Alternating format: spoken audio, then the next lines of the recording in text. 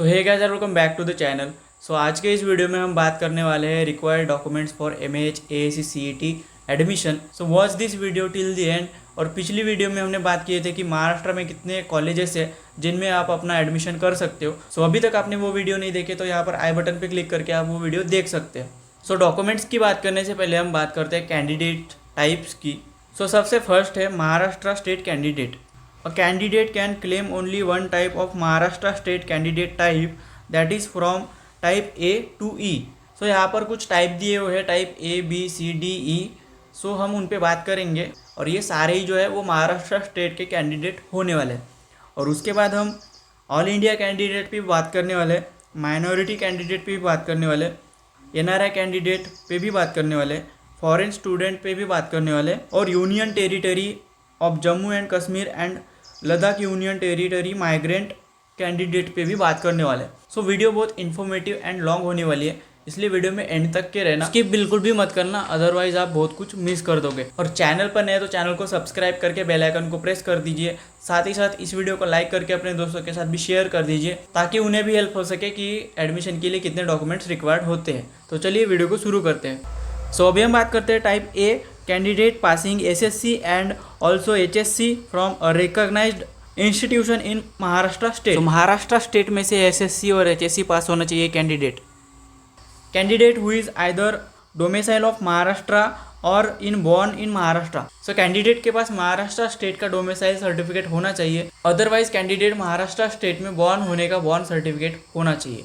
Second है type B, a candidate who does not fall in type A above but who or whose father or mother is domiciled in the state of Maharashtra and process domicile certificate. अभी हमने जो type A के बारे में बात किया था, मतलब कि आपके पास अगर SSC और HSC किसी और रिकॉग्नाइज्ड बोर्ड से हुआ है, स्टेट से हुआ है, लेकिन अगर आपके फादर या मदर महाराष्ट्र से है तो आप इसमें अप्लाई कर सकते हैं। अब बात करते हैं टाइप सी की, a candidate who does not fall in either type A or type B but whose father or mother is in employ of the government of India or government of India undertaking and who has been posted and reported to duty in Maharashtra state before the last date of submission of application form of CAP।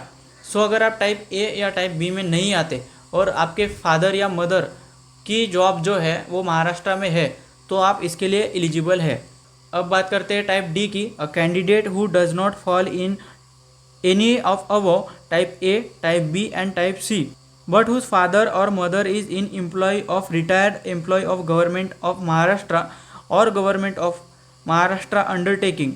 सो अगर आप type A, type B और type सी इनमें से किसी में भी अपना criteria fulfil नहीं कर पा रहे तो आप टाइप डी में आते हैं, जिनमें आपके फादर या मदर वो एक्स एम्प्लॉय रह चुके हैं महाराष्ट्र स्टेट के, तो आप एलिजिबल है। अब बात करते हैं टाइप ई की, a candidate passing SSC or HSC examination from recognised institute located in dispute Maharashtra Karnataka border area and whose mother tongue is Marathi. So अगर आपने SSC or HSC recognised institute जो कि लोकेटेड है महाराष्ट्र और कर्नाटका बॉर्डर पे, वहाँ से अगर आपने किया है और आपकी मदर टंग मराठी है तो आप इसमें आते हैं, महाराष्ट्र स्टेट कैंडिडेट्स में आते हैं और आप इसके लिए अप्लाई कर सकते हैं। आगे हम बात करते हैं all India candidates. The candidate having Indian nationality are eligible under this category. So इसमें कोई भी इंडियन जिनके पास इंडियन नेशनलिटी है वो एडमिशन ले सकते हैं। उसके बाद हम बात करते हैं माइनॉरिटी कैंडिडेट की। The candidate belonging to a particular linguistic or religious minority community from state of Maharashtra and as notified by the government are eligible under this category. So जो भी माइनॉरिटी कैंडिडेट्स है और जो महाराष्ट्र से है वो इसमें एडमिशन ले सकते हैं। नेक्स्ट है फॉरेन कैंडिडेट और OCI और PIO कैंडिडेचर। सो OCI मतलब ओवरसीज सिटीजन ऑफ इंडिया और PIO मतलब person of Indian origin. So the foreign student candidature as defined in clause I of section 2 of the act, the overseas citizen of India candidate as in under clause P of rule 2 and person of Indian origin as defined in clause O of section 2 of act are eligible under this category। सो कुछ clause दिए गए और कुछ section दिए जिसके under foreign students को admission दिया जाएगा। नेक्स्ट है union territory of Jammu and Kashmir and Ladakh union territory migrant candidate.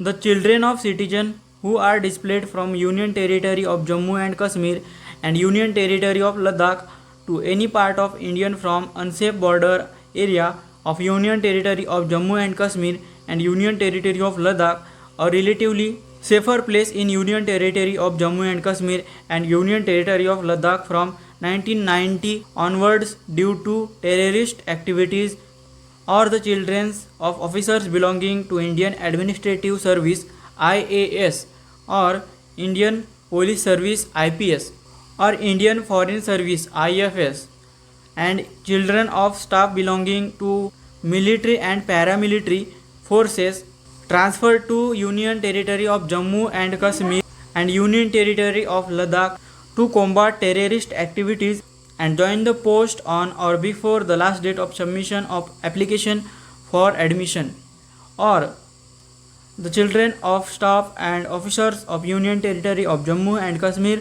and Union Territory of Ladakh police engaged in combating terrorism are eligible under this category. So ये हो गया candidate types. अभी हम बात करते हैं रिक्वायर्ड डॉक्यूमेंट्स पे। So document to be attached along with application form for centralised admission process. The candidates are required to scan and upload all original certificates documents in support their claim at the time of filling up application form for admission.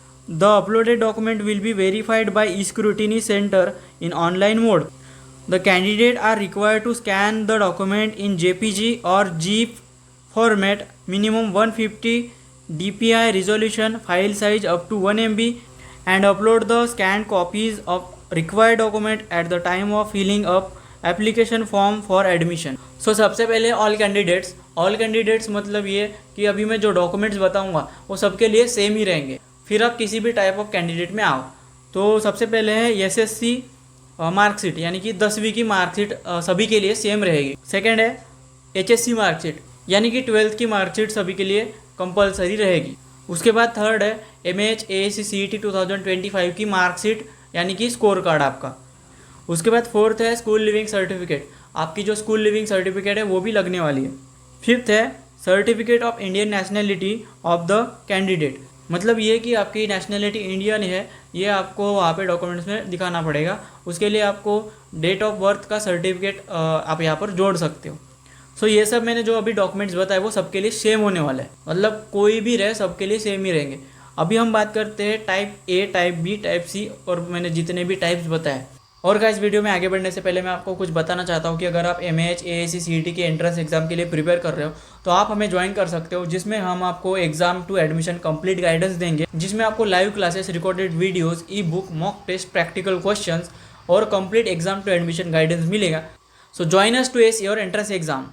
सो अभी हम बात करते हैं type A candidate की। तो उसके लिए आपको डॉक्यूमेंट्स लगने वाले हैं, वो है domicile oblique birth certificate oblique leaving certificate of candidate indicating place of birth the state of Maharashtra, in the state of Maharashtra. मतलब ये बोल रहे हैं कि आपके पास डोमिसाइल सर्टिफिकेट होना चाहिए, या तो बर्थ सर्टिफिकेट होना चाहिए, या तो आपके पास लिविंग सर्टिफिकेट होना चाहिए जिसमें आपका जन्म महाराष्ट्र स्टेट में हुआ है, ये वहाँ पर दिखाया गया हो। तो इनमें से आप कोई भी एक जोड़ सकते। अभी हम बात करते हैं टाइप बी कैंडिडेट्स। सो इसमें डॉक्यूमेंट्स है domicile certificate of candidate, father mother of candidate indicating that he or she is domiciled in the state of Maharashtra. तो इसके लिए ये बोल रहा है कि टाइप बी कैंडिडेट्स के लिए बोल रहा है कि डोमिसाइल सर्टिफिकेट होना चाहिए आपके पास। अगर आपके पास नहीं है तो आपके फादर या मदर का होना चाहिए, जिसमें दिखाता हो कि आप स्टेट ऑफ महाराष्ट्र के रहने वाले हैं। अभी हम बात करते हैं टाइप सी कैंडिडेट्स की। तो इसके लिए डॉक्यूमेंट्स है certificate from the employer in the proforma A starting that father mother of the candidate who is a central government or government of India undertaking employ is presently posted in Maharashtra. So मैंने type सी पहले ही बता दिया है, video के मतलब शुरुआत हो गई थी तभी मैंने टाइप सारे जो टाइप बता दिया ऑलरेडी। तो जो टाइप सी है उनके लिए सर्टिफिकेट लगेगा प्रोफार्मा ए का। तो ये सर्टिफिकेट्स होते हैं कुछ प्रोफार्मा ए, प्रोफार्मा बी जो कि यहाँ पर मैं, अगर आप बोलोगे तो मैं आपके लिए वो वाली वीडियो भी लाऊंगा जिसमें सारे सर्टिफिकेट्स मैं आपको दिखा दूंगा। फिलहाल ये सर्टिफिकेट आपको लगेगा, इतना जान लो। उसके बाद हम बात करते हैं टाइप डी कैंडिडेट्स की। उनके लिए डॉक्यूमेंट्स है certificate from the employer in the proforma B. तो जैसे कि अभी टाइप सी के लिए आपको प्रोफार्मा ए का फॉर्म लग रहा था, अभी यहाँ पर टाइप डी के लिए प्रोफार्मा बी का फॉर्म लगेगा। आगे है starting that father or mother of the candidate who is a Maharashtra state government or Maharashtra state government undertaking employ or undertaking along with the documentary evidence from the retired employ starting the place of settlement. So आपको यहाँ पर proforma B का form attach करना पड़ेगा, जैसा मैंने यहाँ पर कैंडिडेट टाइप डी बताया था पहले। अभी हम बात करते हैं टाइप ई candidates, Maharashtra Karnataka dispute border area candidate, यानी कि महाराष्ट्र और कर्नाटका बॉर्डर एरिया पे जो कैंडिडेट है उनके डॉक्यूमेंट्स के बारे में, उनको क्या क्या डॉक्यूमेंट्स लगेंगे उनके बारे में बात करते हैं। तो सबसे पहला है certificate starting that candidate belongs to the Maharashtra Karnataka dispute border area in proforma G1। So आपको प्रोफार्मा G1 का फॉर्म भरना पड़ेगा, जिसमें आपको बताना पड़ेगा कि आप महाराष्ट्र कर्नाटका बॉर्डर पे रहते हो। सेकेंड है certificate that the mother tongue of the candidate is Marathi in proforma G2। सो आपको G1 फॉर्म भरना पड़ेगा कि आप बॉर्डर पे रहते हो, कर्नाटका महाराष्ट्र के बॉर्डर पे रहते हो, लेकिन G2 फॉर्म भरना पड़ेगा कि आपकी मदर टंग मराठी है।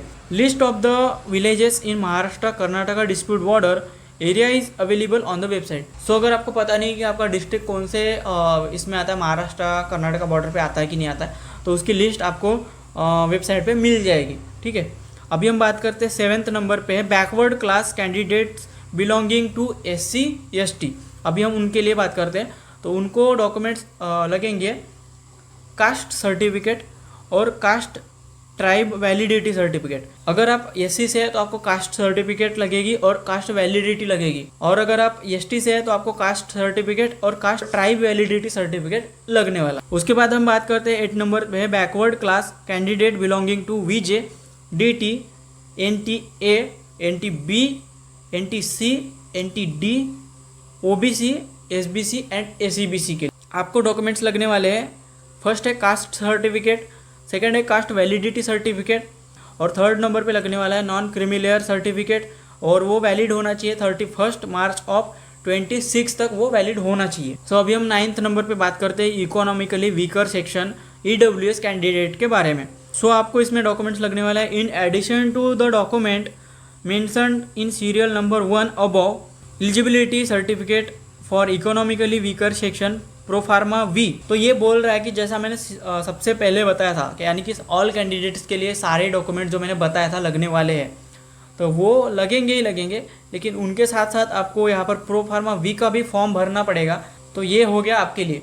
उसके बाद हम बात करते हैं 10th नंबर पे है ऑर्फन कैंडिडेट के लिए। So in addition to the documents mentioned in serial number 1 above orphan certificate proforma U। So आपको जो ऑर्फन कैंडिडेट है उनको मैंने जो सीरियल नंबर 1 पे जो सबसे मतलब डॉक्यूमेंट्स बताए थे जिसमें ऑल कैंडिडेट्स के लिए सारे डॉक्यूमेंट्स लगेंगे बोला था, उनके साथ साथ आपको प्रोफार्मा U का भी फॉर्म भरना है। अभी ये जो सारे proforma A, proforma B, proforma C और प्रोफार्मा U एक्सेट्रा जितने भी सारे फॉर्म हैं प्रोफार्मा के, अगर आप चाहते हो कि उनके ऊपर मैं एक वीडियो बनाऊँ तो मुझे नीचे कमेंट्स में ज़रूर बताइए, मैं ज़रूर से इन सारे प्रोफार्मा फॉर्म्स पर एक डिटेल में वीडियो बनाऊँगा। सो बात करते हैं अभी 11th नंबर पे एक serviceman defence 1 defence service certificate proforma C का फॉर्म भरना पड़ेगा। सेकेंड है domicile certificate of father or mother who is ex service personal is domiciled in the state of Maharashtra. So आपको प्रोफार्मा C का form भरना पड़ेगा, साथ ही में आपके फादर या मदर की डोमिसाइल सर्टिफिकेट होनी चाहिए जो दिखाती हो कि आप स्टेट ऑफ महाराष्ट्र के हैं। उसके बाद है active domicile defence candidate defence 2। सो इनमें डॉक्यूमेंट्स की बात करते हैं। सो फर्स्ट है defence service certificate proforma C and D और E। तो आपको प्रोफार्मा C, D या तो फिर E का फॉर्म भरना पड़ेगा। उसके बाद है सेकेंड है domicile certificate of father or mother who is an active defence service person is domiciled in state of Maharashtra.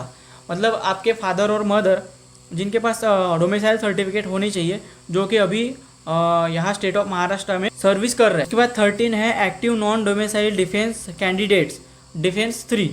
सो उसमें आपके जो डॉक्यूमेंट्स लगने वाले हैं वो है सबसे पहले defence service certificate proforma C and D or ई।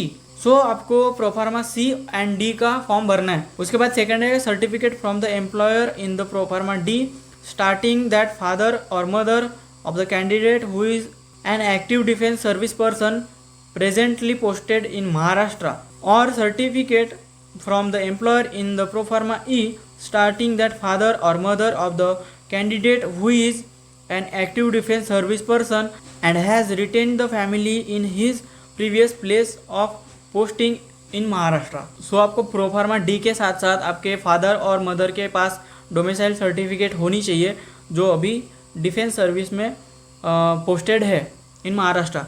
उसके बाद हम 14 पे आते हैं पर्सन विथ डिसेबिलिटी कैंडिडेट। सो आपके पास डॉक्यूमेंट होने चाहिए certificate in the pro pharma. उसके बाद सेकंड है डोमिसाइल सर्टिफिकेट ऑफ कैंडिडेट। सो आपके पास ये डॉक्यूमेंट्स होने चाहिए। उसके बाद 15 पे बात करते हैं union territory of Jammu and Kashmir and union territory of Ladakh migrant candidates. So आपके लिए डॉक्यूमेंट्स है certificate of posting in case of defence and government service in proforma J. तो आपको प्रोफार्मा जे का फॉर्म भरना पड़ेगा। सेकेंड है certificate of stay in refugee camp for those staying in camp in proforma के। सो आपको प्रोफार्मा के का भी फॉर्म भरना पड़ेगा। उसके बाद थर्ड है certificate starting that the candidate belong to displaced family proforma L. So आपको प्रोफार्मा एल का भी फॉर्म भरना पड़ेगा।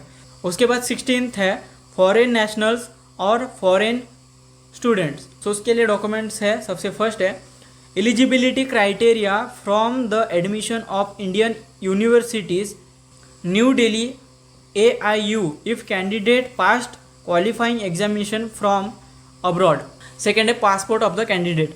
Third है affidavit of candidate or parent disclosing his full identity, that is full name, age, residence, occupation, relationship with candidate, duly signed by the candidate or parents. Fourth है proof of residence that is driving licence or telephone bill of candidate.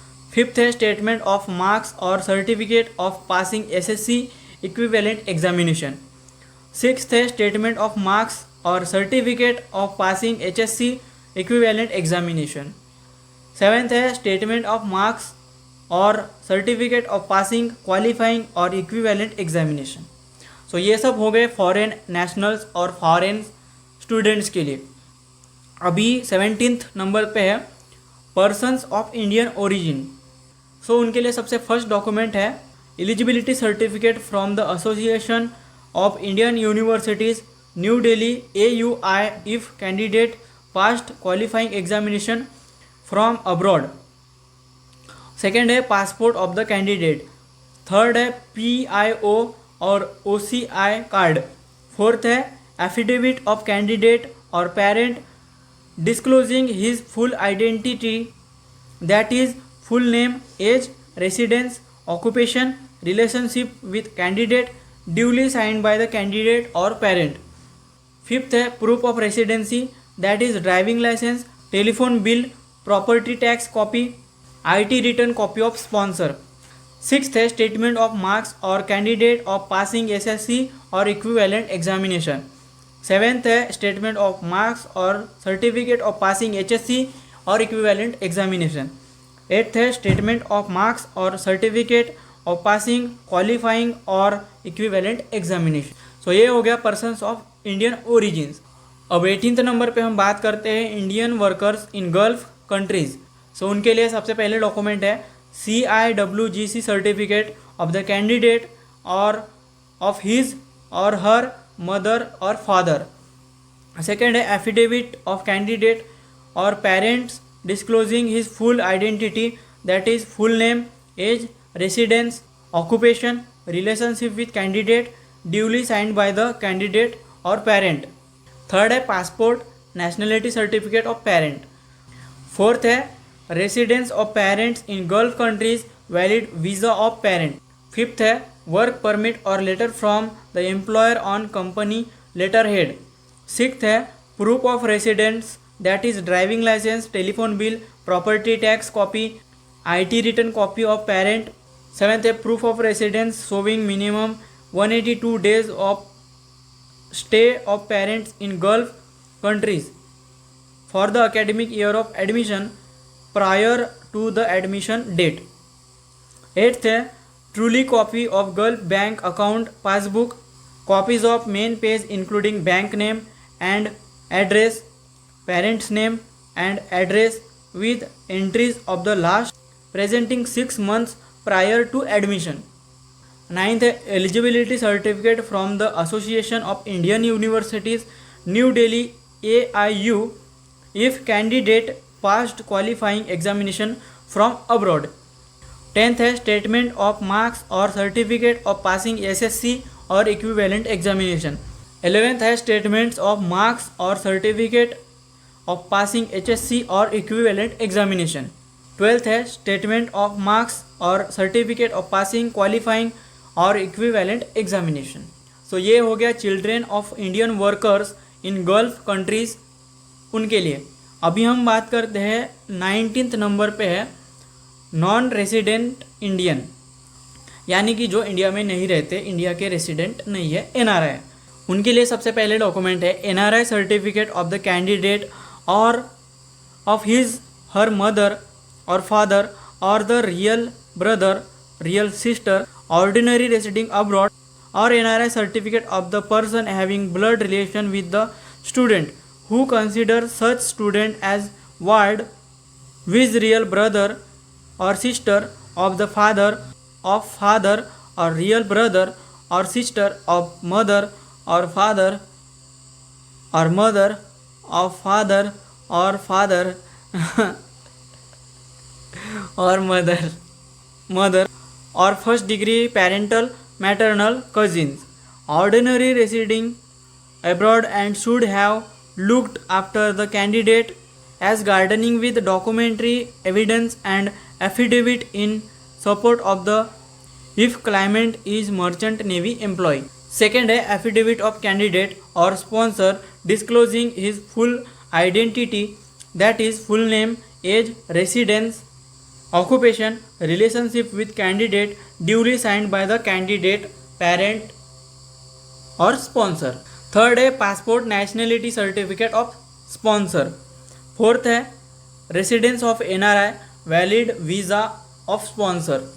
Fifth है proof of residency that is driving licence, telephone bill, property tax, IT return copy of sponsor. Sixth है proof of residence showing minimum 182 days of stay of sponsor in abroad for the academic year of admission prior to the admission date. 7th है true copy of foreign bank account passbook, copies of main page including bank names and address, sponsor name and address with entries of last presenting 6 months prior to admission. 8th है affidavit of family chart duly signed by sponsor making clear relationship. 9th है leaving certificate, birth extracts, marksheet, pan card, passport, marriage certificate of all members showing on family tree और chart. 10th है eligibility certificate from the association of Indian university new Delhi AUI if candidate past qualifying examination from abroad. 11th है statement of marks और certificate of passing SSC और equivalent examination. 12th है statement of marks और certificate of passing HSC और equivalent examination. और last है 13th statement of marks और certificate of passing qualifying और इक्विवेलेंट एग्जामिनेशन. सो इतने सारे डॉक्यूमेंट्स आपको लगने वाले हैं और जितने भी टाइप के कैंडिडेट्स हैं अपने अपने टाइप के हिसाब से आप डॉक्यूमेंट्स रेडी करके रख दीजिए. जैसे ही रिजल्ट आएगा उसके कुछ दिनों बाद डॉक्यूमेंट वेरिफिकेशन चालू हो जाएगा. जैसे ही डॉक्यूमेंट वेरिफिकेशन चालू हो जाएगा मैं उसके ऊपर एक वीडियो बनाऊंगा और प्रॉपर कॉलेज में जाके आपको दिखाऊंगा कि किस तरह से आपकी डॉक्यूमेंट वेरिफिकेशन होती है. तो यही थी आज की वीडियो और आई होप कि आपको ये वीडियो से बहुत कुछ हेल्प मिली होगी, इन्फॉर्मेशन मिली होगी.